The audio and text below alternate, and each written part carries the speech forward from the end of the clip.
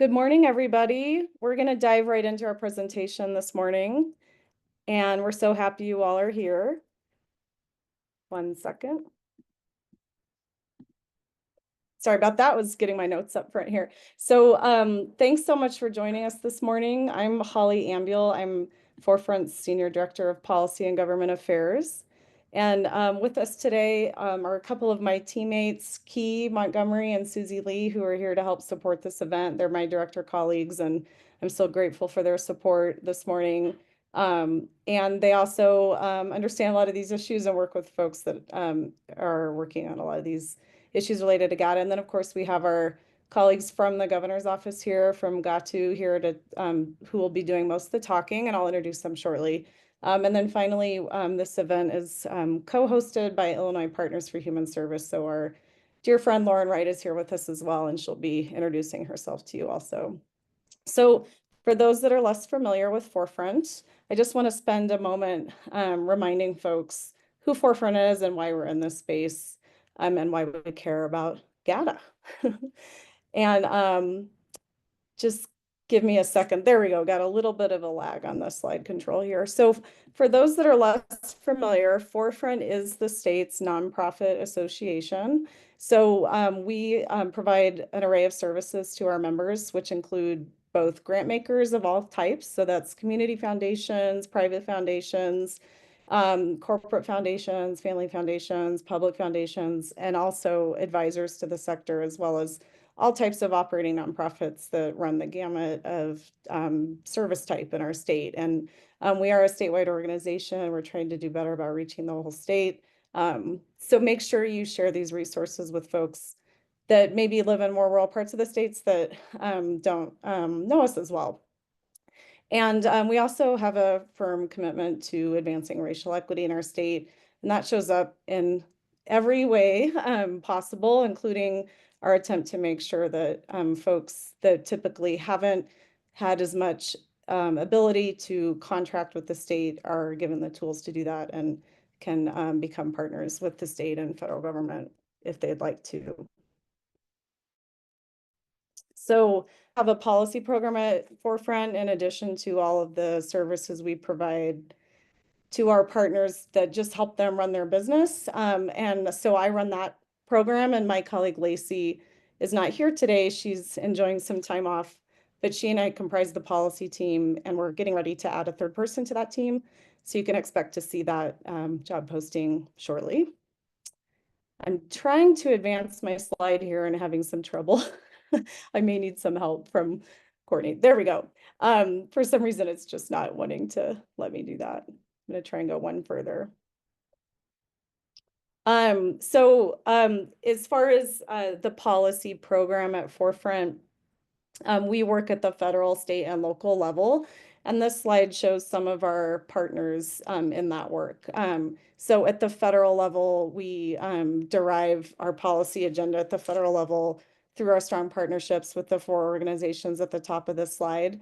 And of course, in recent months, we've been working very closely with them on the tax reconciliation bill, HR 1, that just became law, that we know a lot of folks have a lot of really deep concerns about. And we have some analysis about how that bill specifically worked the nonprofit sector. So I'm going to share that in chat. And we're working closely with our partners that are leading, particularly around Medicaid and SNAP, and trying to make sure we do whatever we can to support their leadership. At the state level, part of our state agenda includes working deeply on issues related to government contracting. So that's why we're doing this training today, because we've heard from our stakeholders loudly and clearly that that's a huge challenge. So in policy surveys, we've heard that concerns around timely payments and timely contracts are by far the #1 issue when it comes to concerns about state policy. And part of what we want to do is not just work on those challenges through legislation, but also by providing trainings like this that help folks understand the system and also give you a chance to ask questions directly to our partners at the state that can provide answers and technical assistance. So that's why we're here today. And And before we hand it off to our panelists, I wanted to just give you all a chance to meet Lauren from Illinois Partners for Human Service. And just before I do that, just a couple quick housekeeping items. So we are recording this. We do intend to send the recording to everyone who registered for the event. You'll also receive the slides as well. So feel free to just kind of sit back and try to take it in and ask questions, and know that we'll follow up with you after this event. Feel using chat as we go, or at the end, we'll provide time along the way. And also again, at the end, we want to make sure you get your questions answered today. So just before I hand it off to Lauren, we're gonna do a couple of Zoom polls. These are anonymous, and we want to make sure we just get a snapshot of who's here today. So we'll launch those just to give our speakers an idea of who's in the room. Please take a minute to answer our Zoom polls.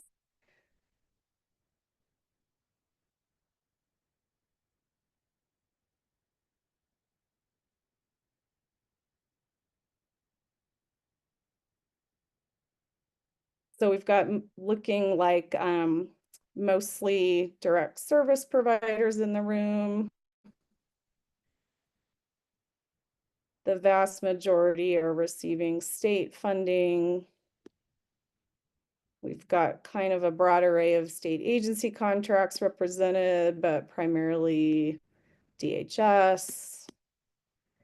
And most folks are saying they have hardly any knowledge of GATA. So that's why we're here today. Hopefully by the end, you'll have a better feel. Are folks seeing the poll results, or is it just the host seeing those? If not, we'll show those quickly. You're not seeing them. Okay. We'll make sure you see a snapshot. Thank you. Okay, so we'll give you a chance to skim over those poll results. Just want to give our panelists in particular a minute to look at that.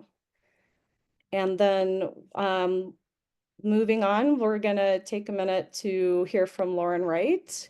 So Lauren, in addition to being a dear friend of mine, is the executive director at Illinois Partners for Human Service. And Lauren there is driven to create a more equitable future for all. And she holds a Master's of Arts in Sustainable Development from SIT Graduate Institute and another Master's in International Policy and Practice from George Washington University. Represents the Illinois Partners as a member of the State Health Improvement Plan Committee, the Responsible Budget Coalition, the 211 Advisory Board, and the Health and Human Services Coalition of Illinois, which Forefront is a member of. And Lauren is also on Forefront's Policy Committee, and her colleague Adela is on Forefront's board. So we have a very close relationship. And I more recently am also a proud member of Lauren's board. So there's a lot of relationships there. And Lauren's going to briefly go over Illinois Partners and talk a little bit more about her role with the coalition and why contracting is important there. So Lauren, go ahead. Awesome. Okay, thank you, Holly. Can you all hear me okay? Okay, I am outside. I had a legislative forum this morning, and then as I thought I was in a good spot, but then a school bus pulled up, so I'm sorry for a little bit of movement. As Holly mentioned, I'm executive director of Illinois Partners for Human Service, and we are a statewide coalition of health and human service providers. We have folks in every legislative district, and our approach is really to influence and ideally increase funding for human services and health programs by focusing our advocacy at the state level. We, as a coalition, we actually operate in a lot of environments. And one of those environments is the Health and Human Service Coalition of Illinois that we work with the trade associations and other coalitions across the state, many of whom are focused on different segments of the human service sector. And we work together and kind of mobilize to advocate around issues that are impacting providers everywhere. And one of those issues is contracting, as Holly mentioned, and Holly has been an incredible leader in creating the Community Partner Fair Contracting Act, which is an omnibus bill we've introduced the past couple of years that really looks to address all the different pain points that providers are facing when it comes to contracting with the state of Illinois. And GATA is one of those areas. It's Illinois Partners has a long history of working on GATA, making it as accessible as possible, ensuring that folks have a deeper understanding of how GATA and the processes related to it impact your ability to get state funding. Sorry, the school bus is passing me. 1 second. I feel like I should mute myself. Oh my goodness, a little bit chaotic right now. And so with that, we're really grateful to be partnered with Forefront on this webinar, and we have been for the past couple of years. We know how important it is to make sure that providers have a fundamental understanding of how GATA works, to make sure that as many providers as possible have the lowest barriers possible to accessing state funding. So I'm really grateful to be partnered with Forefront, really grateful for Holly's leadership in this space, and we'll be around if specific questions come up, but really grateful to our partners at GATA for presenting with us today. So thanks, Holly. Thanks, Lauren. So with that, we're going to turn it over to our GATA friends, who we're really happy to have here today. We really truly appreciate the partnership. So I'm going to take a quick moment to introduce Courtney and Adriana, and then they'll take it from here. So Courtney is the manager for the Grant Accountability and Transparency Unit, or GATA, which is within the Governor's Office of Management and Budget, which is GOMB. And under GATA, which is the Transparency Unit, is responsible for designing and implementing Illinois' frameworks and systems to implement guidance. And Courtney has been GATA since 2019 and also serves as the indirect cost subject matter expert for the unit. So welcome, Courtney. Adriana Perez she serves as the program delivery manager at GATA within GOMB, and she brings over 20 years of experience in grant administration and extensive expertise in the federal code to CFR 200 and compliance within GATA.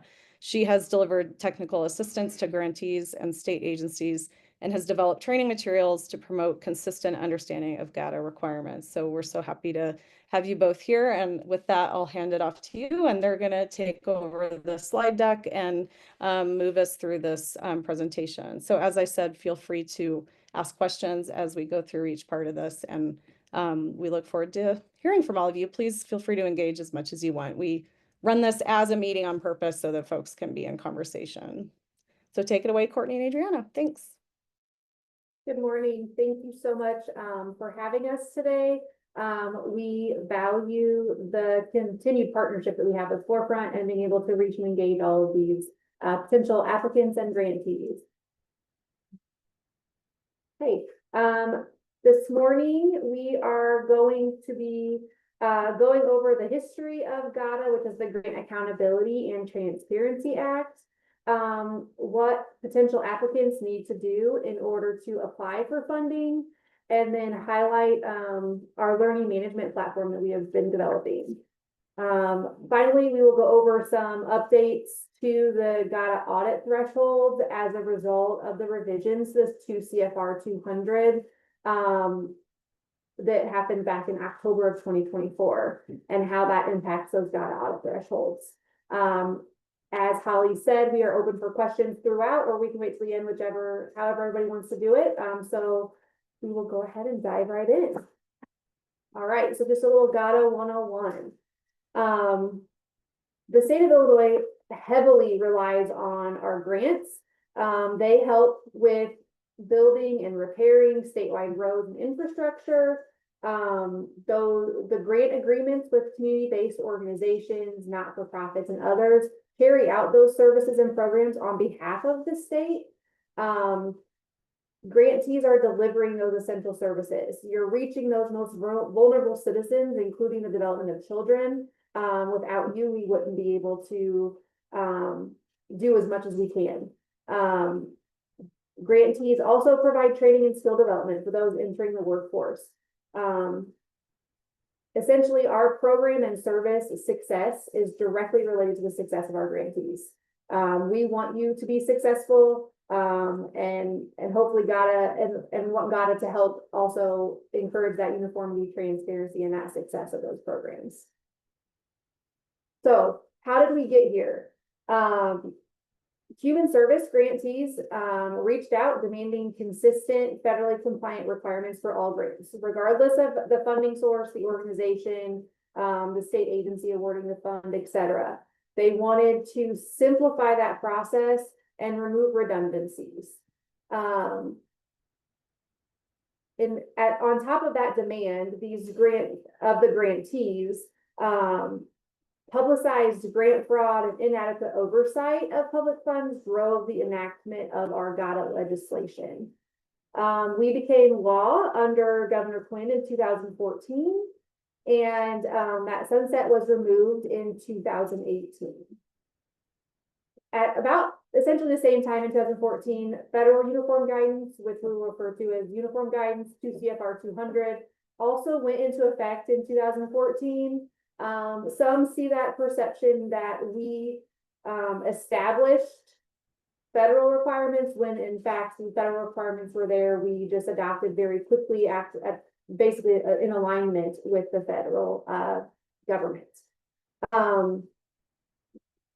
GATA in and of itself adopts those federal requirements for all state issuer awards, regardless of that funding source.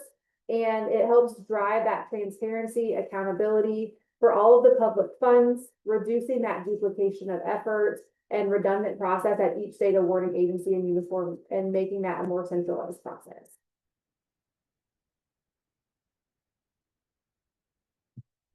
So state issued awards are any financial assistance awarded by a state grant making agency using state, federal pass-through, or a combination of those sources of funding.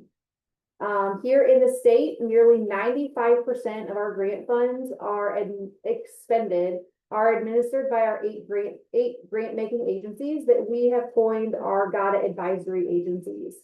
That consists of DCEO, the Department of Commerce and Economic Opportunity, DHS, Department of Human Services, Department of Public Health, Illinois State Board of Education, Department of Transportation, Children and Family Services, Aging, and the Community College Board. Our Illinois catalog of state financial assistance, which displays all programs that are being funded, includes more than 2,500 programs. Also identifies that we have over 47,000 awards to over 9,200 grantees. We are forever growing, and we love that. We love to see that there's more opportunity for more organizations to receive funding to do the good things that you are wanting to do. Of those grantees, 47% receive grants from multiple state agencies. So the uniformity of our processes, reducing that redundancy is going to help, especially those grantees of those 47% of those grantees that are not just receiving from one agency, but multiple. Centralizing that and making it more easily accessible to get your pre-qualification requirements or submit your internal control questionnaire, things like that. Doing it once and it being available for all state agencies to see and have access to. All right, so the grant making process. So our GATA frameworks touch all of our Illinois grants. The Grant Accountability and Transparency Act, which we refer to as GATA, strengthens those grant making programs. GATA adopts the 2 CFR 200 and encourages that uniform process and template for registration for grantees, pre-award process, award process, and the post-award process.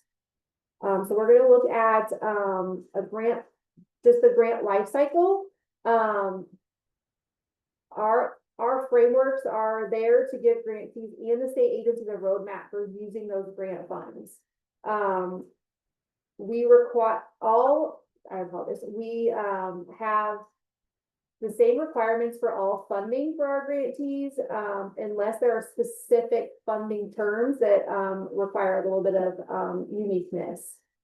The purpose of GATA and making everything uniform is to allow grantees to provide information one time, and it's shared throughout all the state awarding agencies. They all have access to that system. We centralize the registration process So all of that, the organization's registration information is there and available for the state awarding agencies to see and utilize.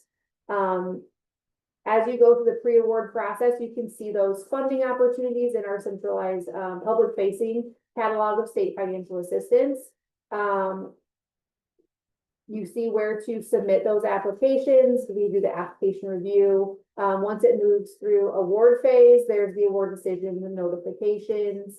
And then within post-award, there's the closeout in the GATA systems.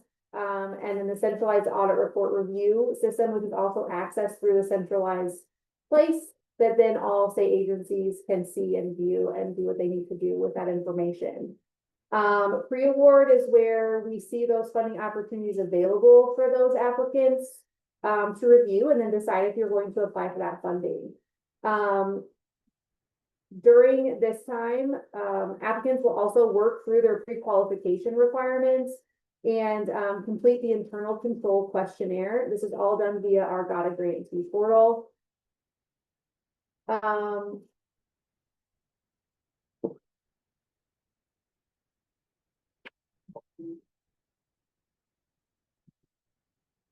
Okay, so the centralized grantee registration process under GATA, we have a centralized grantee portal. So first, an individual user must create a public account to log into the GATA grantee portal. Once you have done that, you can log into that grantee portal and register your organization with the state. We provide some information, which we'll talk about in a little bit, and then be able to move through that pre-award or that pre-qualification process and have all that information available for the state awarding agencies. Once you enter that award information, we do nightly processing to connect to different external sources like sam.gov to verify that the information entered does match what they do have and pull back that qualified status. We also identify some fixes if there's remediation needed if we don't find that information. This also houses our internal control questionnaire, which is completed annually on the state fiscal year. That is also available in the GATA grantee portal. So all of this information is housed in one place. You enter it once, and then all of those state agencies can see that. Okay, so the grant application and award process. First is the notice of grant. So once a state agency receives funding via appropriations in the state budget or federal funding that they receive that they're going to push out to grantees to fulfill the program. They will then post the opportunity in our CSFA, which is our catalog of state financial assistance, which is publicly available for any potential grantee to review that information. We call those either notice of funding opportunity, NOFOs, or a non-discretionary funding opportunity, which is an NDFI. The difference in those two is whether or not the opportunity that you're applying for is competitive, or if it is a more direct appropriation to a specific entity. So the notice of funding opportunity is the competitive. So that's not required for those grants when recipients are named in an appropriation bill or a specific allocation is laid out there in statute. Once that opportunity is posted and you apply,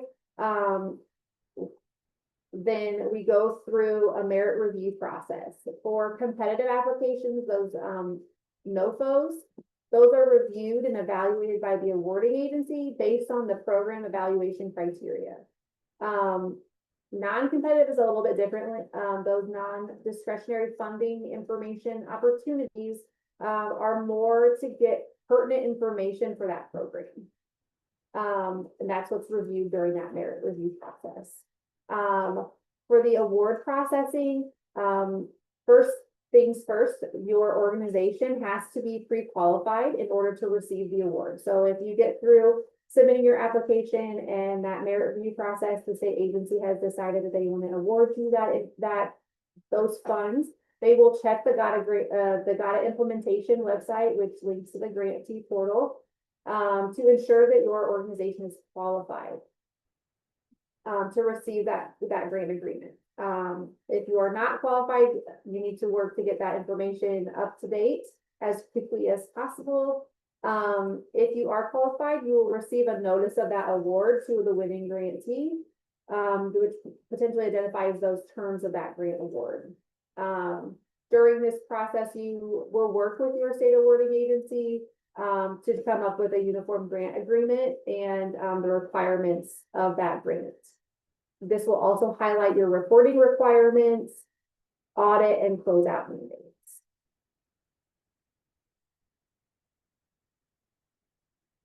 So there's a question, it looks like, do the dates vary for grant applications and award processes? Yes, it does depend on the specific grant opportunity. Typically whenever those are published, there's a close date and then they go through their review process. That timeline can vary. And then the kind of like the negotiation of the terms of the grant agreement can sometimes be quicker, it could sometimes take longer, and then clearing the budget for that program, for that opportunity. So it's not exactly the same for every opportunity. It also depends on if it is federally funded, does it start at a different time of year than the typical state fiscal year.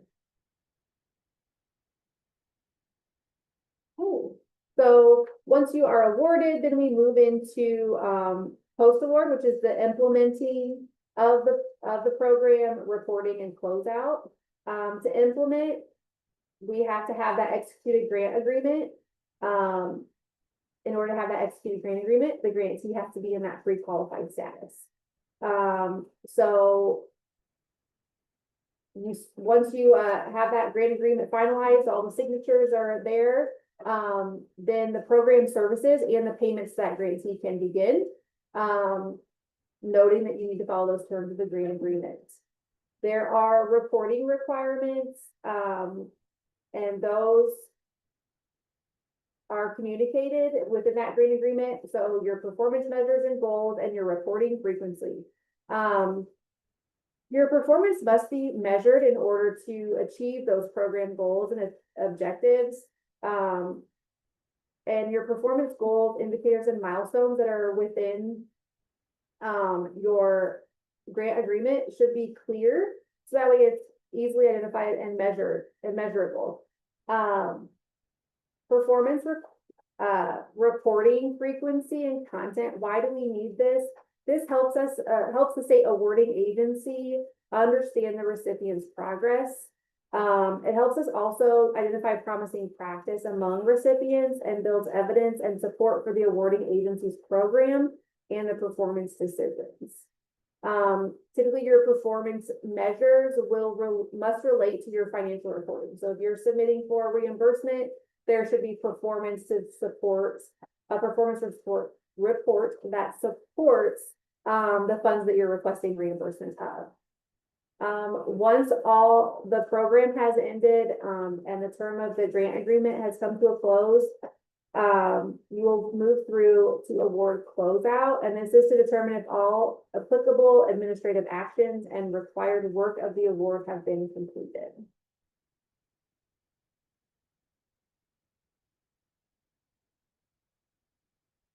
Pre-registration process is dependent upon whether or not all the information is readily available to the person that is creating the grantee registration in the portal.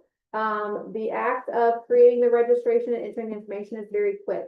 Whether or not you have the sam.gov active registration and your unique entity identifier is a required thing that we need to have, and whether or not that information is up to date at sam.gov will depend on sam.gov's processes, but the initial registration in the GATA grantee portal does not take very long at all. And then each night we run a routine to connect to sam.gov to make sure whether or not your entity is fully registered and active and has a UEI. So if it isn't in there today, but it is tomorrow, we will run that process overnight and we'll see it. So today's Thursday, you would see it Saturday whenever you log into your grantee portal, and it would be immediately displayed as well for the agencies to see. All right, so getting ready for State of Illinois grant. The first stop is the GATA grantee portal, which I mentioned a few times. This is where you will create your individual user account and also where you will log into the grantee portal. So first step is to select here that create account button, create your individual user account on how you can log in and access that grantee portal. Once you have that information, you will do the grantee portal sign in. If you try to sign in, your username and password is not working, we have the public account help here to help guide you through the steps to reset your password or figure out your username. Maybe you wrote it down wrong, maybe you had a typo in it, etc. We also provide that grantee portal frequently asked questions. It provides links and helps and tips and steps you through all the process.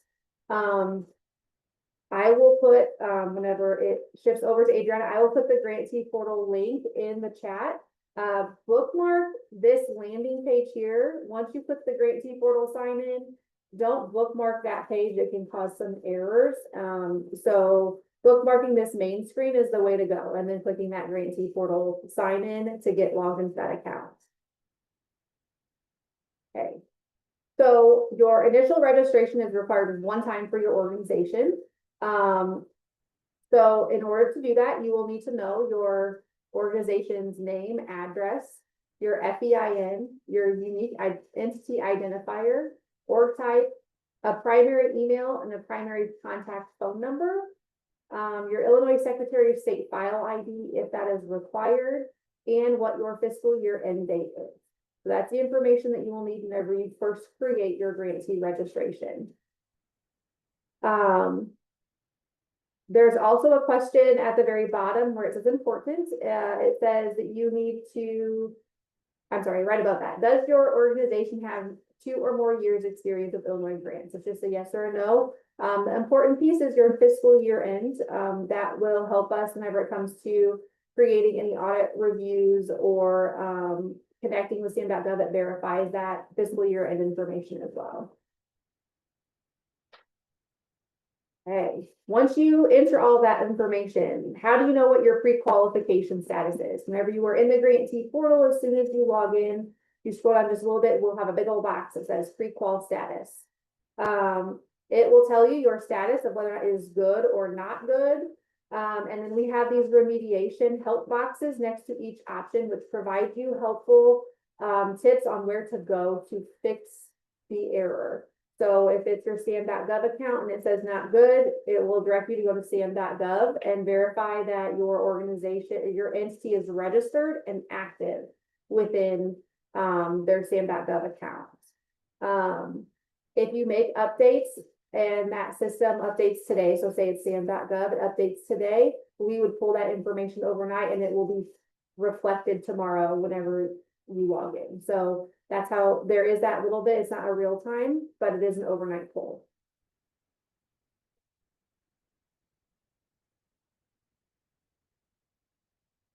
So who should have access to the GATA grantee portal and Amplifund?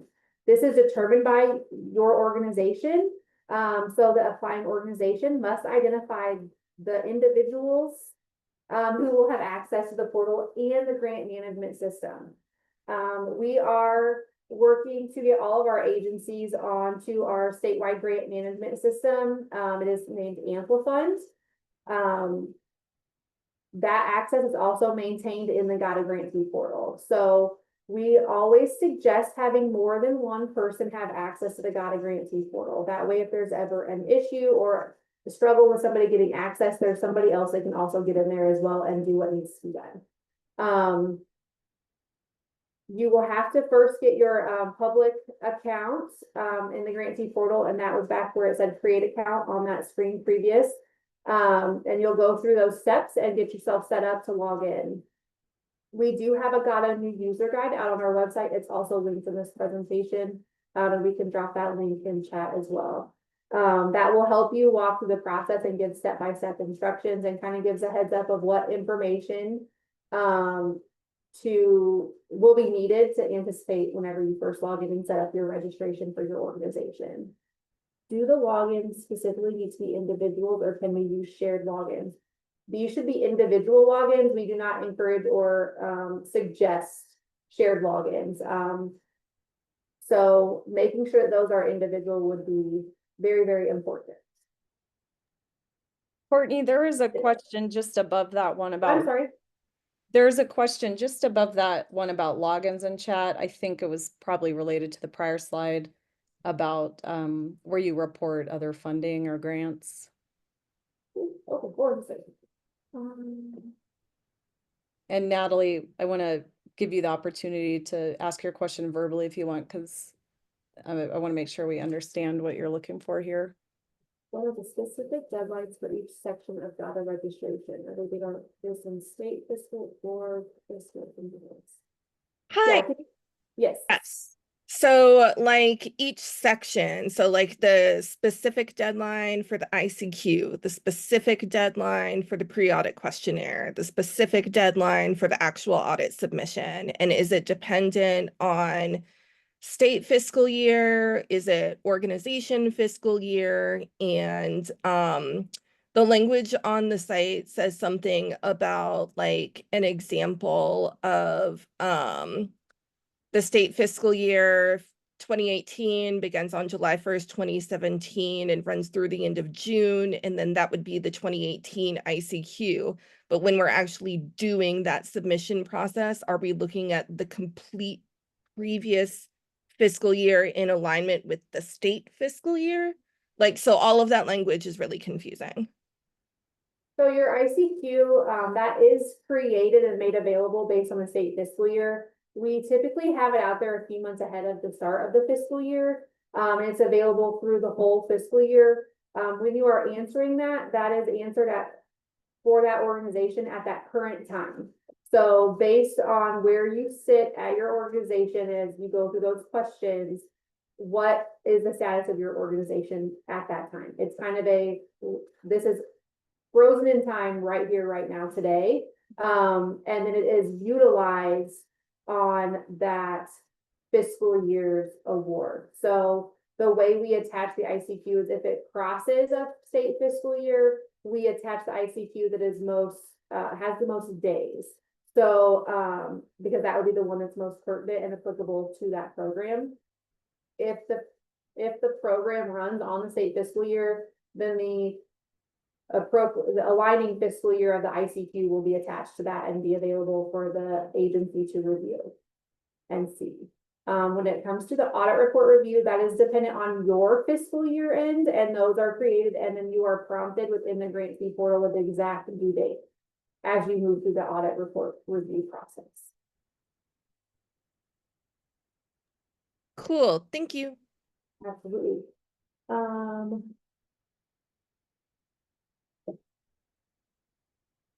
I'm not sure I understand Joy Brooks, your question. Grants with private foundations sufficient or government grants required to be received?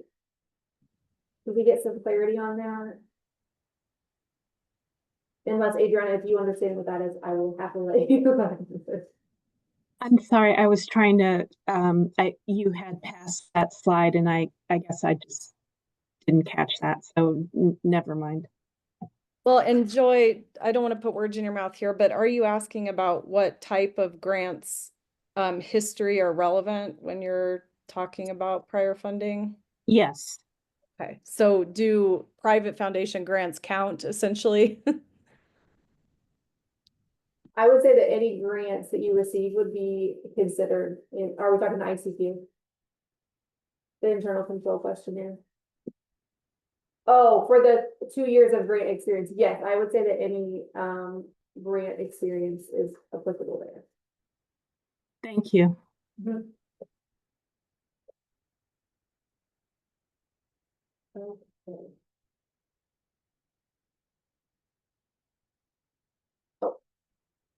So just an FYI, whenever you are logging into the grantee portal and the AmFund grant management system, your username technically has this at public.external.illinois.gov as part of it.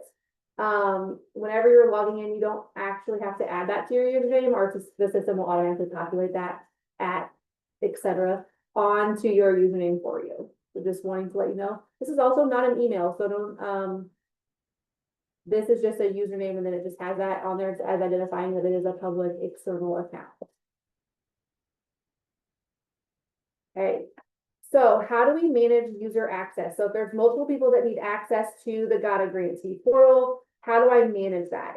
Whenever you actually get into the grantee portal and you scroll all the way down to the bottom of the page, you will see these two boxes, the grantee portal access and the organization context, and they both have manage options next to them. The so the grantee portal access is those individuals that will be logging into and actively engaged in the GATA grantee portal and or the AMP1 grant management system. Organization contacts do not they're additional contacts, but they do not necessarily always have access to the grantee portal, but are additional points of contact for the organization in case an agency is struggling getting a hold of somebody. They have an additional form of contact for you. You will see under grantee portal access, it will have your username, first name, last name, your personal email account, and then what type of portal access that you have. Is it Amplifund only? Is it the grantee portal only, or is it full access? Once you select that manage option, you will get a list of users in that registration for that organization, and you select view next to it, and it will provide you this screen. This will give you the option to edit the access to which application for that specific user. So will they have access to the grantee portal or to the Amplifund grant management system, or will they have both? You will just check the boxes that apply. And then as you go farther down, alerts and notification, each user can determine what types of alerts and notifications that they want to receive. If they are specific and solely work on indirect costs or audit report review, they could just select those boxes.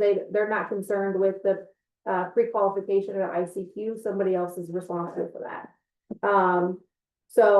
And there's that note there, those alerts and notifications, you'll get emails nightly if something is awry and needs to be addressed within the grantee portal.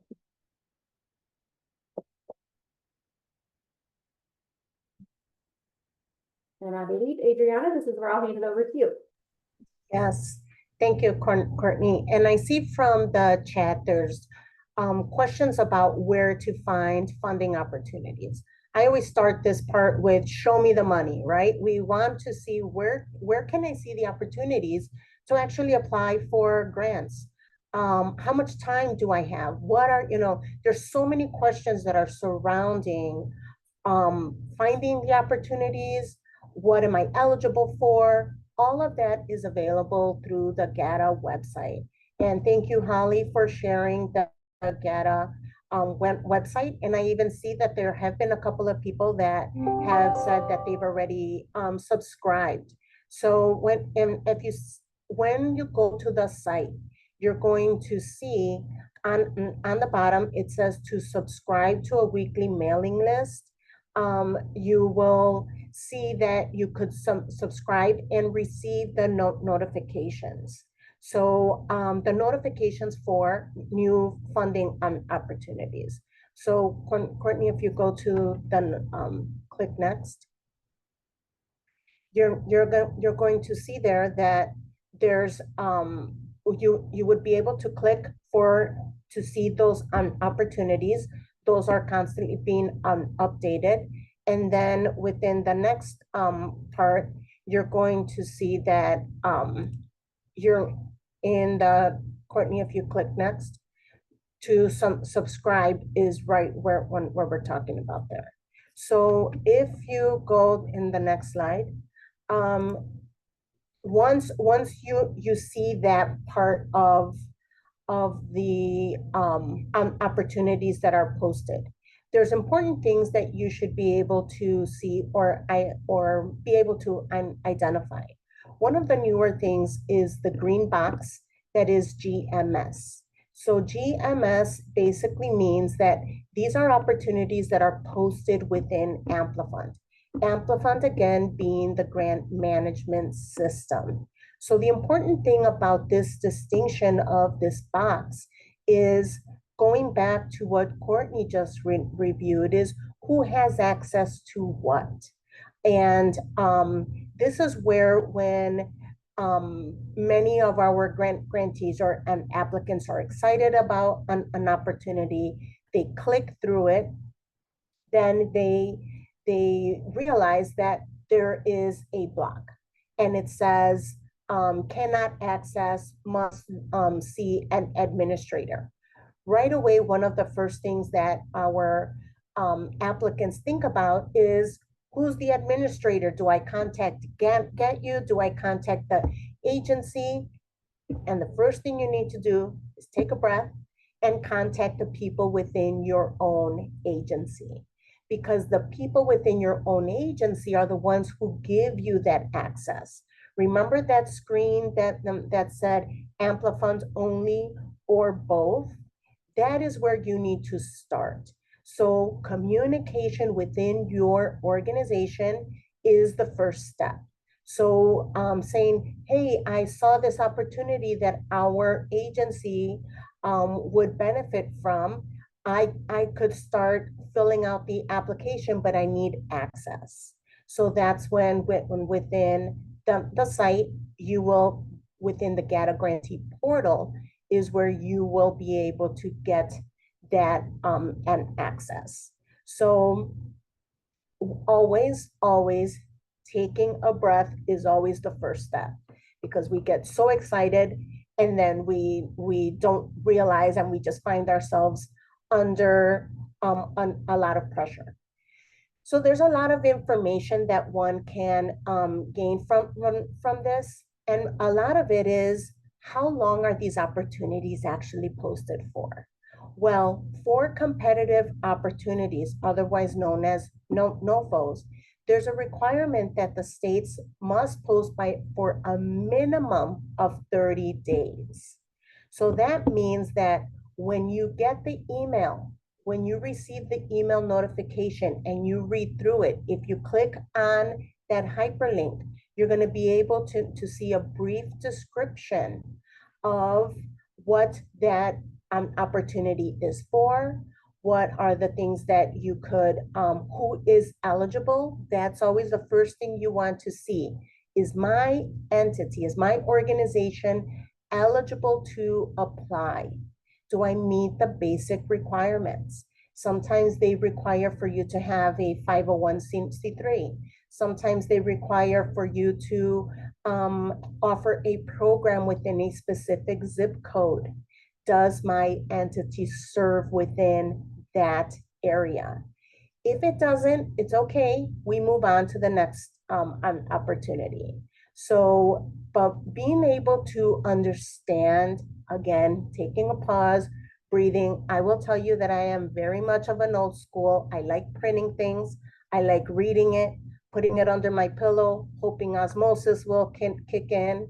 And so therefore, I am able to understand what is being asked of me, being able to corral my people from my own organization, so I could complete the application in a timely manner.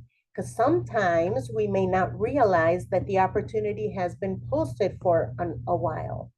So you may see it and the deadline is already the end of this month. Oh no, that gives me 15 days. So what do I do? How do I get this done? Next slide, please. So as we're looking at this and going through what are the different parts of a notice of funding opportunity, again, first thing you want to look at and see is, when does it close? When is the last day for this opportunity? Other parts of it is, what is the period of performance for this opportunity that I'm learning about, that I'm applying for? Is it a 12-month grant? Is it a 6-month or something weird like an 8-month grant? Believe it or not, those do exist because they may run on a state fiscal year. So by the time an agency receives that okay to post the opportunity, but it only goes until the end of that state fiscal year, sometimes it only leaves you 8 months of programming. So you want to make sure that you understand what the period of performance is. Sometimes it's longer than that. Sometimes it is a 24-month grant that will require you to submit two types of budgets, a budget for the first year, a budget for the second year. So always understanding what the period of performance is for that opportunity is a very big step. Next thing is the program description. What do I need to do? What is this grant for? What type of programming is it funding? And is my entity, is my agency, organization able to comply and fulfill that program description? Then the other part is, how do I submit this application? Is it what I'm calling now the old-fashioned way, meaning via email? Or do I need to make sure that I have access to Amplifund, that I have my account? One of the tricky things about an Amplifund, and I only say tricky, is if you are a person that is a grant writer and you work with more than one organization, you need to make sure that you are able to submit an application or enter within, but understanding that you are applying for the correct entity. So sometimes there is, you will be able to do this, but the top of the screen, you could choose the entity that you are representing. It will make a lot more sense as we can continue on. Another thing that I've already talked about is the eligibility. Do I meet it? What are the different requirements that are asked of me? Am I able to get this summer program going and it's already April?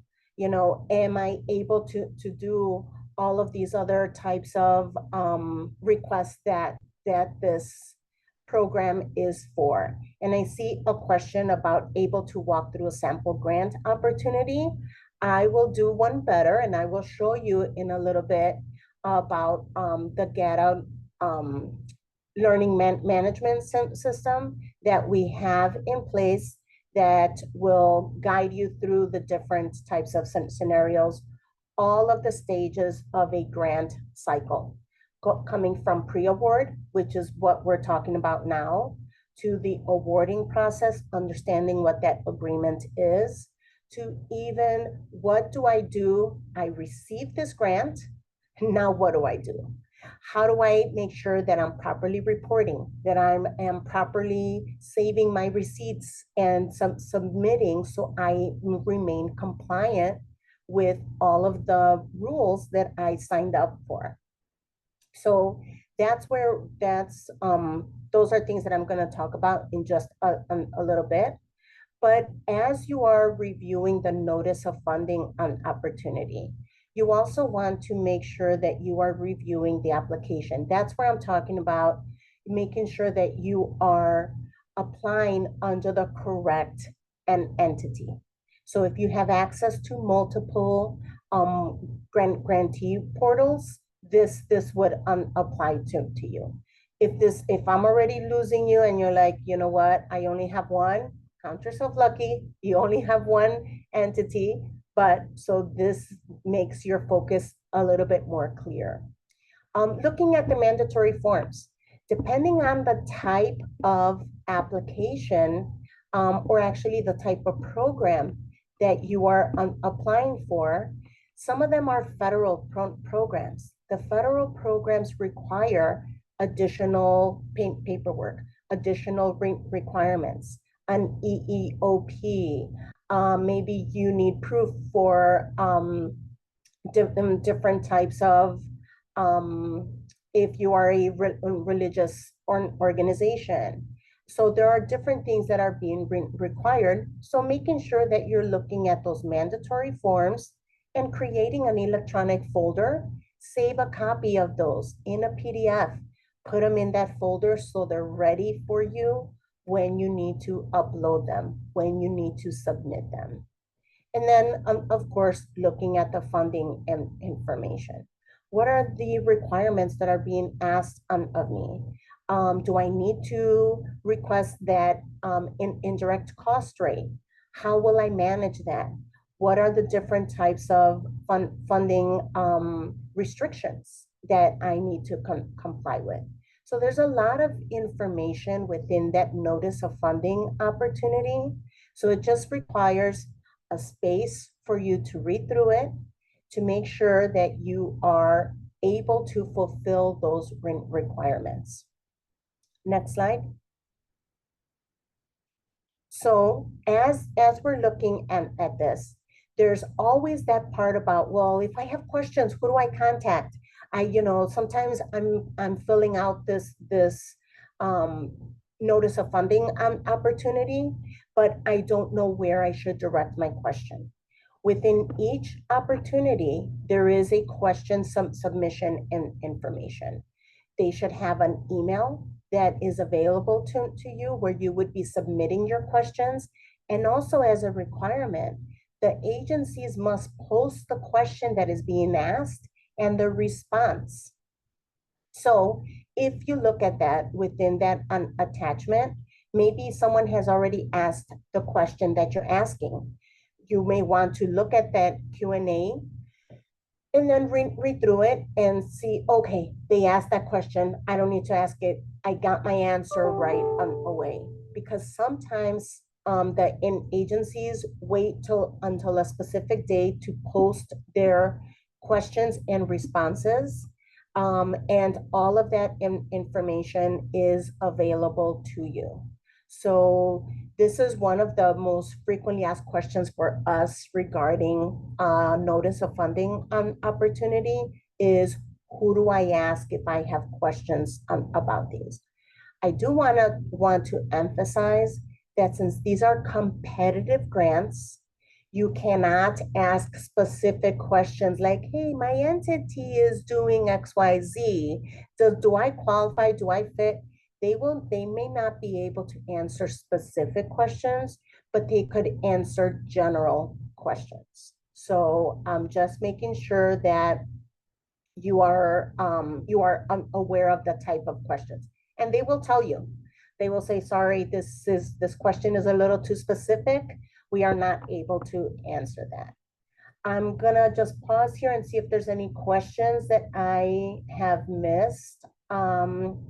So I did see some of the barriers that you may have encountered regarding the opportunities. We do want to hear about those so that way we could communicate that a little bit more with our agencies. But another thing that I do encourage you is to express that to the agency that you're applying for. The agencies are not out here to keep the money for themselves and, twirl their mustaches and laughing while you are applying for grants. They are here to help you. So if you find something a little bit cumbersome or things that you need more clarity on, please ask your agency that you're applying for a particular grant. They are here to help you, as are we. Adriana, I'll jump in to help you triage here because I know it's hard to follow it when you're speaking. I wanted to invite Charisma and Meredith to ask follow-up questions if Adriana didn't already address them, because I know you tried to tackle where to find some of that information. So first that, and then Natalie had a follow-up to her questions about logins. So she wanted confirmation that users must be individuals, or like if folks can share a login or if each individual needs to have a unique login. So that one. Sure, I will speak briefly about the logins. So the login for actually for both the GATA grantee portal and Amplifund, they are connected. So it is highly encouraged that an individual register, create their public at Illinois, that whatever that extension was, that you create that, and that is the username and password that you use when you are applying within Amplifund. So if the opportunity is if it's requested that you submit it through Amplifund, you will be using that login. So why is it important? Why are you so finicky about this? You know, why is this needed? Well, number one is it does track who logged in and where within both the GATA grantee portal and Amplifund.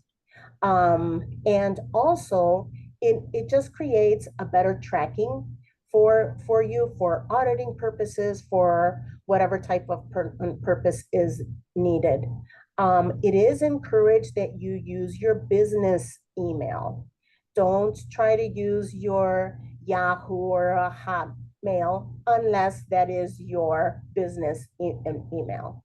And also, I will tell you, I know probably some people do not want to hear this, but I actually have to write down my passwords. I am not very good at remembering all of my passwords. I have a little notepad. I'm not going to tell you where I keep it, but I have a little notepad with my username and my passwords because sometimes we forget. So if you are using your business email and you forget your password, you could reset it. And it's important I emphasize your business one because it will send you that link to the business email. We have received several requests. It's like, I don't remember which email I used. If I used my Hotmail, if I used my old college email, if I used my, MySpace account, I don't know. We don't know. So if you're acting on behalf of your agency, use your agency email. I would imagine, thanks for that. And I would imagine part of why there's interest in sharing a login is to make sure colleagues can see the material that's being built inside the system and co-edit things and share documents. So is that possible when you have that opportunity is available, yes. And as a matter of fact, there could be multiple people in Amplifund on the same application at the same time. So if I was working on an opportunity to answer certain questions, I would say, I'm going to, hey, Holly, can you complete the budget? And I will answer the questions about the program. Or no, we need Courtney to fill out all of the uniform grant application. So we could agree that those are the sections each person is going to take or is responsible for. And then they could all be logged in at the same time. Okay, perfect. Thank you. Yes. Yeah, Natalie, Natalie's got her hand up. Go ahead, Natalie. Yes. Sorry to be in the weeds and specific about this. So a big reason that I'm asking is because of organizational transitions. So it's really difficult to manage those when everything is attached to an individual user email business email address.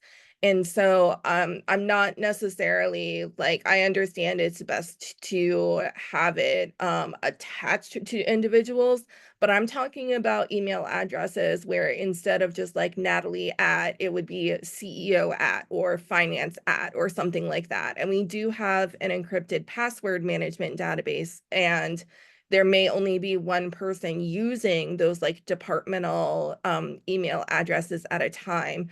But it's just in terms of evergreen email addresses and being able to make sure that in the event of any kind of organizational transition, that there is access and that's not a point that gets lost.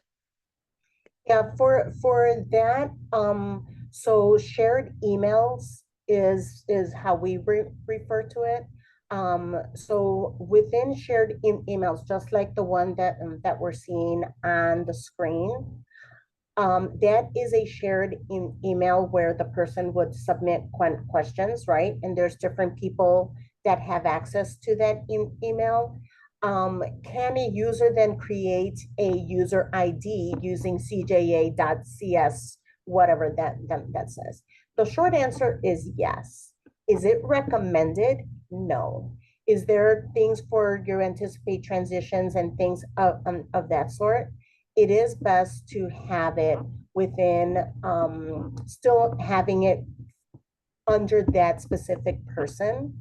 And someone can still log in, especially if we're talking about Amplifund, and see what the person has submitted. It's not like I assigned Holly to complete the budget and I can't see the budget. I could still see it. I could still review it. So there are different methods that are used to see what the completion of the items were. Okay, I guess my biggest thing is I just wanted to make sure, since some of those, like even if an individual is attached to it, it's a shared email address. And again, like not necessarily multiple individuals would have access to it until there's an organizational transition. But I just wanted to make sure it wasn't like an actual portal violation or something like that. Thank you. Yeah, I mean, it is basically at the end of the day, you have to do what you have to do, but it is not a recommendation that we would give. Okay, thank you. Thanks. I saw somebody else had a hand raised. Yeah, and then there's I think it was Sandra and another question in chat from Allison. Why aren't all NOFOs in Amplifund? Thank Oh, you. Can you hear me? yes. Good morning. This is Dr. Sandra LeConte, and I think because of my age, my young age of 70 something, I really missed how to create the user account. And so this is a mysterious kind of informational session for me, the GATA information. I tried and tried before, so I'm gaining a lot. I'm on the computer now. And so am I to understand that we type in Illinois GATA grantee portal and just click on the create account? Yes, you would click on create account. And Mhm. one of the things that you would need to have in hand is your unique entity ID number. Say that again. You would need to have your UEI on hand for your organization. So Is that the number that we get from we receive from the state? from sam.gov, when you register under sam.gov, you would also receive a UEI, and those are your agency specific numbers. And that is one of the things that you would need in order for you to create your GATA account for your organization. Okay, so I need to go to sam.gov. I didn't hear that at the beginning of this presentation.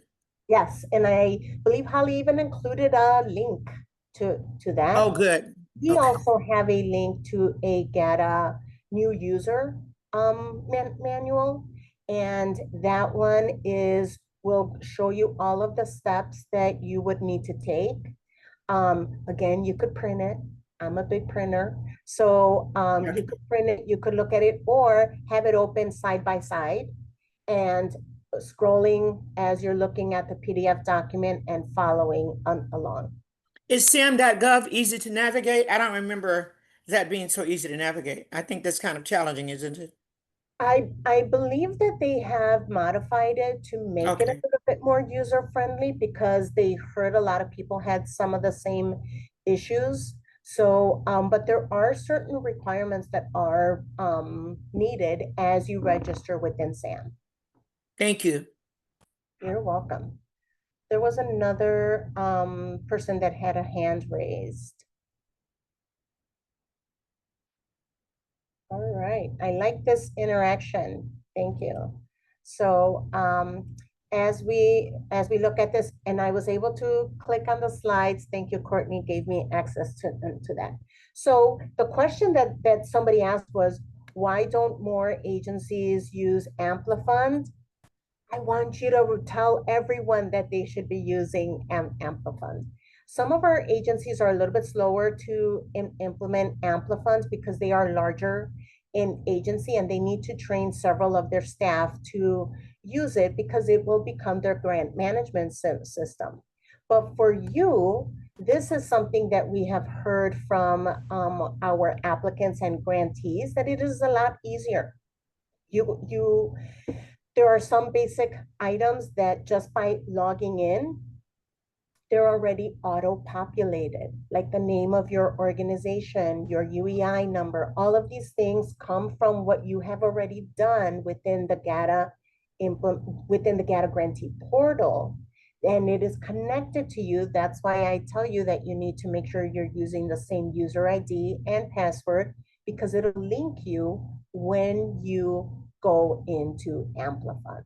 So how do I know this is Amplifund? Remember that little green box? You would click on that and you could either download, once again, download, save it, read it, put the whole computer under your pillow to make sure that you understand what the requirements are.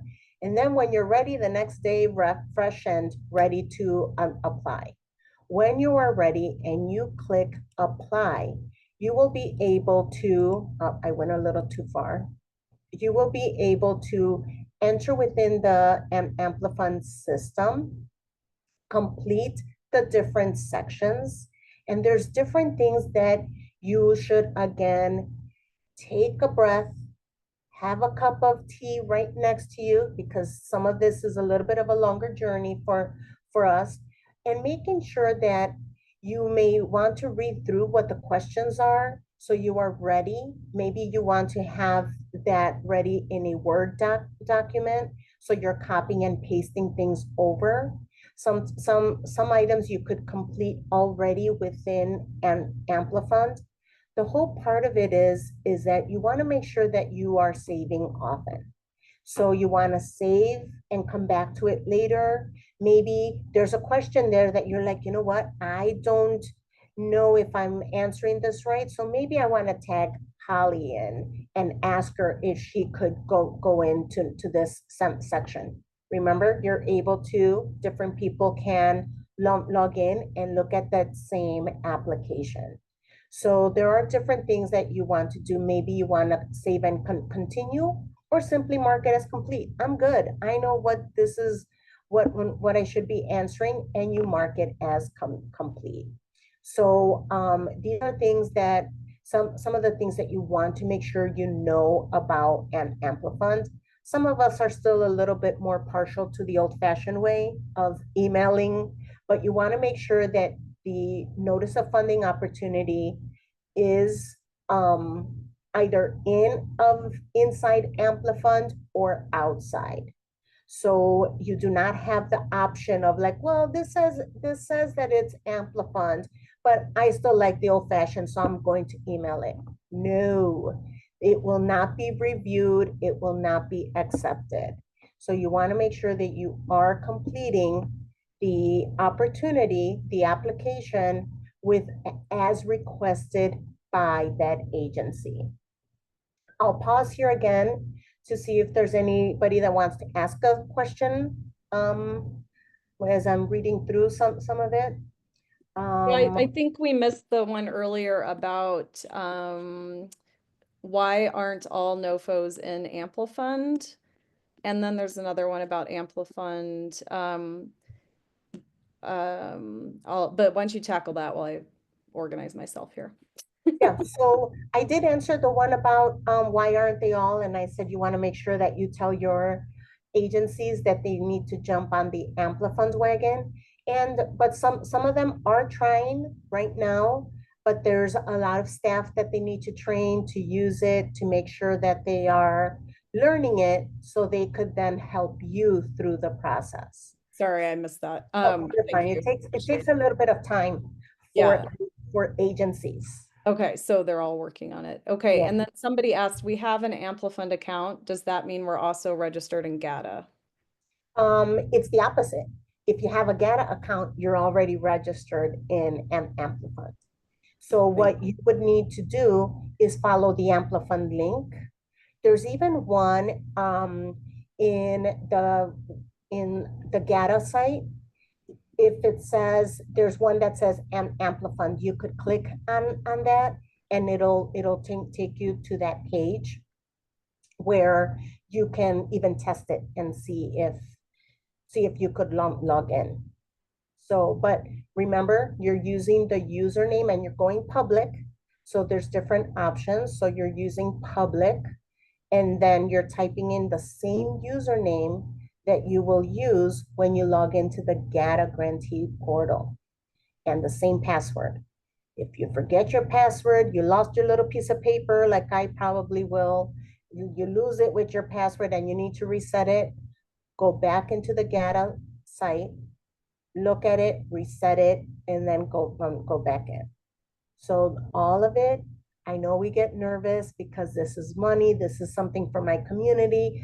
I know I could receive these funds, but you will help no one if you get nervous about it. You need to just make sure that you are doing this with a clear head, because when we get nervous, we run into all of these roadblocks. So just it does take some time, but it will all be worth it to the great work that you do for your community. So just think about that bigger picture. And on the question related to which agencies have NOFOs in Amplifund versus elsewhere, is that the catalog of state financial assistance that we talked about earlier includes all of the NOFOs regardless of whether or not they're in Amplifund, right? Okay, so that's the best starting place. Okay, just That's wanted correct. I'm gonna go back to that. Do you see how homeless youth, immigration, and integration does not have the little green box? Those are outside of Amplifund. The little green box indicates it is in Amplifund, GMS, the Grant Management System. So some of them, maybe you want to take a little phone call and call DHS and saying, hey, I love Amplifund. When are you guys going to get in there? Because I find it easier. Do it. Send them an email. IDOT, it depends on the type of grants, because some of them, they do. IDOT is a very big user of Amplifund. Maybe it just so happened that the screen grab, they didn't. But give them a call. Get them, tell them to jump on the Amplifund bandwagon. You're helping us help you. So that's always a win as well. So more to remember. The Amplifund system, again, it is like your bank account. You know how you log into online on your bank account and you're looking at it, and then you do a happy dance because you see all that money there. And then you get so excited dancing that you forget that you're still on it. The bank account automatically logs you out. Amplifund does the same. If there's inactivity in Amplifund, Amplifund will log you out because it's important information. So it wants to make sure that it will ask you, are you still there? Almost like Netflix. Are you still there? And then all you click is yes, I need more time, and you continue on with your opportunity that you're applying for. But making sure that you are saving or maybe continue later. Once you are done with your application, there is a submit button. Many times people forget the submit button. They think that they're done, and then they're like, okay, I see everything, but you need to actually press the button to submit. This button is there because, just like people were saying, maybe I completed for my organization, but I need my director to review it, to give it a once over before we actually press the button. And maybe I will tell my director, hey, you press the button and click submit. So then it's on the record that that person has submitted. So it just depends, but you want to make sure that that's done. Once it is submitted, an auto-generated email will confirm your submission. Remember to keep the time in mind as well. Many of the opportunities have a specific time when it expires. Some of them give you all the way until the end of the day, 11:59 p.m. For those of you that are working in the wee hours, it's there. Some other agencies say 3 p.m. because if my people have last minute questions, I'm not going to be up at 11:45 p.m. to answer those questions. So I need to do it during business hours. So I answer all those questions and get So pay attention to when the opportunity closes, is what I'm saying there. Because late submissions are not accepted. Many people are like, but I submitted it or my computer crashed. And it's just like your term papers back in college. You needed to submit it at a certain time. And, you could plead in your case, but I will tell you, take that as a learning an experience that you should give yourself more time to submit those opportunities. So as we are kind of going through this, and one of the other things that I do want to include is also a link to the Zendesk. Again, you will be receiving these slides. Many of them have active hyperlinks. And one of the things about the Amplifund Zendesk, and I have circled where you as a grantee have your resources. Part of what GATA does is we have transparency. This is the same site that agencies use when they have questions. So you could even go in there and look and see what information the agency has and what information is specific to you as a grantee. So there is a grantee specific section. If you only want to go into that one, that's fine. For this one, you create your username and password. It is not linked to GATA. It is not linked to Amplifund. You can create it, set the password, and never have to reset it again. But it is encouraged that you use your business email again, because when you submit a ticket for assistance on certain things, it will link it to your business account and it will respond to your business account. So just keep that in mind as you register within Amplifund and use the Amplifund Zendesk. And here I'm going to turn it over to Courtney. Courtney, do I need to give you control of the slides or you got it? Looks like I can still move them, so we're good. Okay. And I'll leave it on so that way whenever we switch back to you, you have it as well. Yeah, okay, thanks. All right. I'm going to touch base on the revisions to the audit threshold. I mentioned this earlier. Federal Uniform Guidance 2 CFR 200 had revisions that went into effect on October 1 of 2024. And some of those revisions affected the audit thresholds. So as a result of those thresholds, we made revisions to our GATA audit threshold. So one thing to note here that I want to highlight is that all threshold revisions are applicable to grantees with a fiscal year starting on or after October 1st of 2024.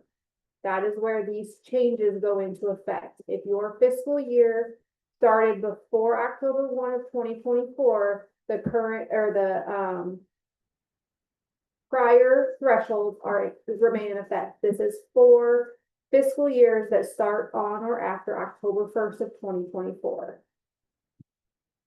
So 2 CFR 200 increased their audit threshold for single audits from 750,000 or more in federal award expenditures to 1 million or more. So that is a big change at the federal level. And we went through a review of our GATA financial statement audit threshold, and we made some revisions to support that increase. So the GAGAS audit threshold was 500,000 or more in state issued award expenditures is now $750,000 or more. In comparison with that, or in conjunction with that, the generally accepted auditing standards audit, a GAS audit, that threshold was previously 300,000 and has now increased to $500,000 or more in state issued award expenditures.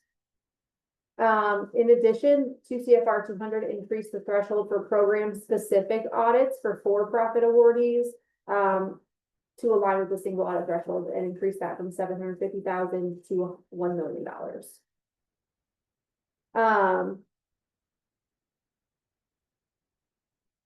If a grantee expends less than $500,000 in state issued awards and does have an audit conducted voluntarily or due to other requirements, you need to submit that audit into the GATA grantee portal audit report review system. If you expend less than $500,000 and you do not have a voluntary audit conducted, or an audit conducted due to other regulatory requirements, you would submit just your consolidated year-end financial report, CIFR, in the GATA grantee portal. Our system will prompt you and ask you questions to help you identify what your audit threshold is and what the respective audit is, which respective audit is required for your organization. This information, the thresholds and audit requirements are identified in your uniform grant agreement, so feel free to look at that as well. Ask questions. You can reach out to your awarding agency as well, and they can help guide you through this process. And I believe it goes back. Does anybody have questions on the audit threshold revision? This is, again, I'm going to say this is for audits for fiscal years starting on or after October 1st, 2024. If it was before that, you will stick with the thresholds prior to. Just want to make that very clear. And then I will hand it over to Adriana to finish this out, it looks like. Yeah, and Courtney, I just wanted to chime in here because two things changed in recent years. One, the federal government updated its single audit threshold, and the state is conformed to that. And then two, the state's requirement for charitable organizations, financial reporting changed as well. And then my understanding is that's the second bullet on the prior slide, and you're conforming to that as well. So there's a little bit of a shifting environment related to audits. So we just wanted to flag that. And if folks have questions, we can try to unpack that a little, because I do know folks get very confused about what's required based on their size and what grant they're applying for. So if you're confused, it's for good reason, and we're here to help. Yes, and I do have on hand our audit specialist in the office in case things get too nitty gritty, that she can help provide some support as well. At the end of the slide, we have our general inbox for questions and assistance, and you can always reach out to that as well, but that'll be included in this slide deck for support as well. All right, thank you so much. So as we are here with concluding our presentation, all of these are requirements. Requirements are not optional. So within this, what we're talking about specifically has to do with the registration within the GATA grantee portal, making sure that you are maintaining your good standing in all of your pre-qualification. So if you have been navigating outside of this presentation and you're already going into the GATA website and you're looking for opportunities, that's all fantastic. Maybe you don't see something there that you qualify for, but make sure that you are logging into the GATA grantee portal, that you have met all of those requirements, and that you are able to apply when you see that opportunity. So, because as we are concluding our presentation, Illinois is successful when our grantees are successful. It goes back to our mission, which is ensuring that we are creating opportunities for our citizens of the state to be able to have different opportunities for programming, for things that will enhance our state overall. So all of these are standardized frameworks. All of it are things that, depending on the type of opportunity that you're applying for, if it's a federal one versus a state, there are rules, there are compliance requirements that you must follow. So making sure that you understand what those are especially if you are partnering with other agencies, partnering or having a memorandum of understanding or even some support, that you understand what the goal of that program is and you're working together to achieve that goal. So within this, it's on all of this is to drive those meaningful improvements throughout the state. So we do have several resources here available again within the website. First thing was the Amplifund Zendesk. The other one is our GATA grantee portal, the GATA website. We also have different type, the guide that we had posted already within the chat. And the last part of it is the GATA learning management system. So what the GATA LMS is, it's basically a site. We partnered with the University of Illinois Springfield, where there are different modules available to you that you will be able to go to and find just basic information, that what we call the GATA foundations, the whole section about pre-awards. Somebody asked about examples or things having to do with opportunity. You will find that resource there. Things that have to do with their post-award. What happens when I receive this opportunity? What does my agreement look like? What things should I prepare for? All of that is available within the GATA learning management system. Also, you want to learn more about audits or even indirect costs, that information is there. You will be able to access the training by registering. And again, there is a link. It is a live link that you could click on. You will register. And as of right now, you will register for each of those modules. So there's 5 different ones. We are in the process. UIS is changing platforms where they are moving from this learning module is under Moodle. This is getting a little technical. The new one is under Canvas, which is a different learning management system. So we're migrating there. And once we migrate, we will let people know. But for now, all of this information is available to you. And you could access this and do screen grabs, and there's different videos and handouts there as well for you. The other part that somebody asked was our contact information. We have a general email.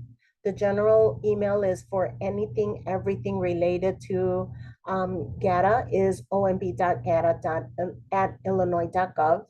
Or if you have a question for Courtney or for me, our emails are available there as well.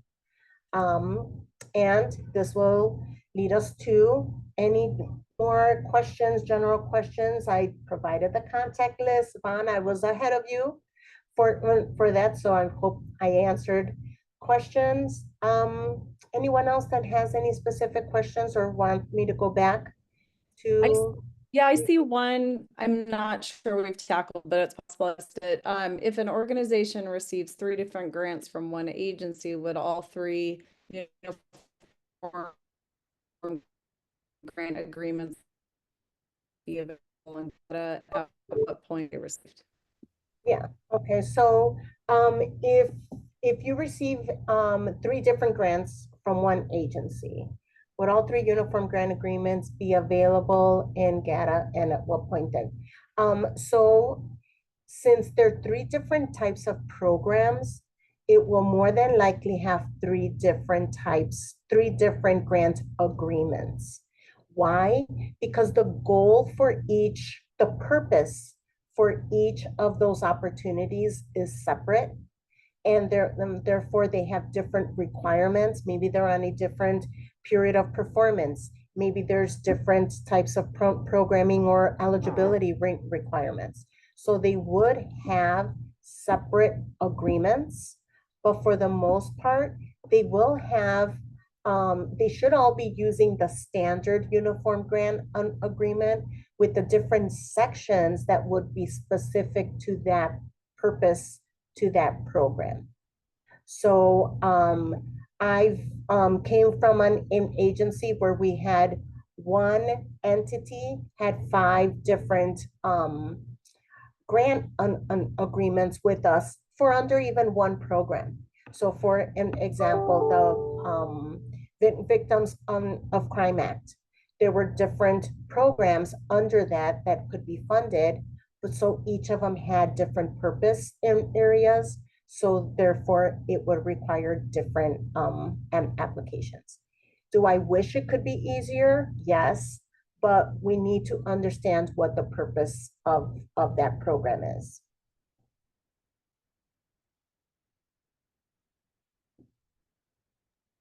Did I miss any other? Any other questions?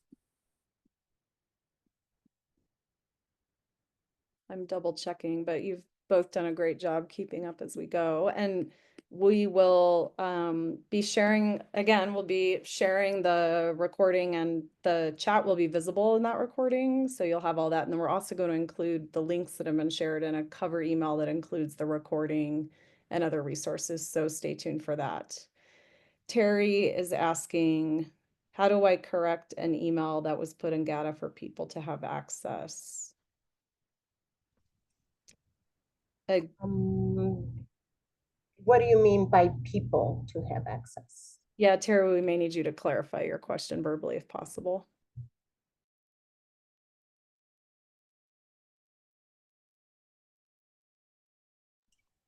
Or if your audio isn't working, do you want to type a little bit more about your question? So I will say that if when Hello? you, yes. Okay, so there are 2 of us from our organization who are working on the grants and stuff and have access, I think, I don't know if it's an amplifier or one of the modules, because like I said, I'm a beginner at this, but it says who are the people in your organization, which was one of your slides earlier, who can have access to the GATA portal and putting in information and stuff. So one of the emails, it's me and another person, but the other person, when we were doing it, he had an incorrect character in his email. So that, as a matter of fact, when you were sending out stuff from GATA saying this is done and this, and he wasn't getting it because I didn't realize that he put in the wrong email till he brought it to my attention yesterday. So how do I correct his email address so that he will also get, because when you send stuff out, you send it to both of us, which is good. How do I correct his email so that he can get, instead of me having to forward him everything, which is what I've been doing? Yeah, so one of the things that I would recommend, if you have access to the GATA grantee portal, is that you remove him. So you're basically deleting him because it's the wrong email. And he would then go back in as a new user, creating a new an account, and edit use the correct email. I am not sure if there is a method where you, Terry, since you have access to the GATA grantee portal, where you would be able to edit the email. I don't think that's possible. So I think the best option is for you to delete him as a user altogether and just have him go back and using Okay, so what you're saying is that he has to do that. I cannot do it. I can delete him as a user, but he has to go in and put in his correct email. Is that what you're saying? Yes, register with the correct email. Okay, okay. Thank you. We have a request from someone that was interested in knowing whether or not you 2 are willing to repeat this for another audience in the future. They can, of course, share their recording. But if you're willing to make yourselves available, there might be other groups interested. So just wanted to flag that request. Yes, go ahead. I think my internet's unstable. Hopefully y'all are. Yes, I caught what you're saying. Feel free to send us an email and we can get that approved for us to go ahead and do that. We do like to reach out and work with other nonprofit organizations and our granting community in general, provide training and resources. So yes, please reach out.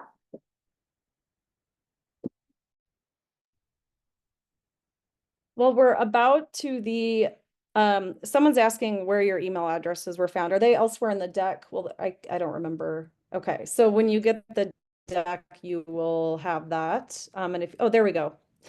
So you'll have the deck and then you can see them here as well. Thanks for being willing to share that. We've reached the end of our scheduled presentation and time. If anyone has any more questions about any of this or about Forefront or Illinois Partners or anything else we've covered today, we can linger for a moment. Otherwise, we are ready to wrap up. So I'll pause for a minute and wait for additional questions. And if not, then we'll send you all off, and just with the type training at least once a year, and we're always willing to take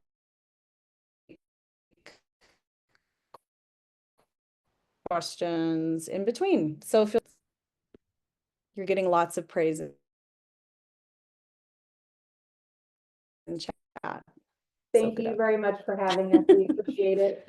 All right. Well, we're so happy to have you both. Thank you for your partnership. And we'll go ahead and end the recording, and y'all will get all of the follow-up via email, probably tomorrow or Monday. So bear with us while we turn it around. But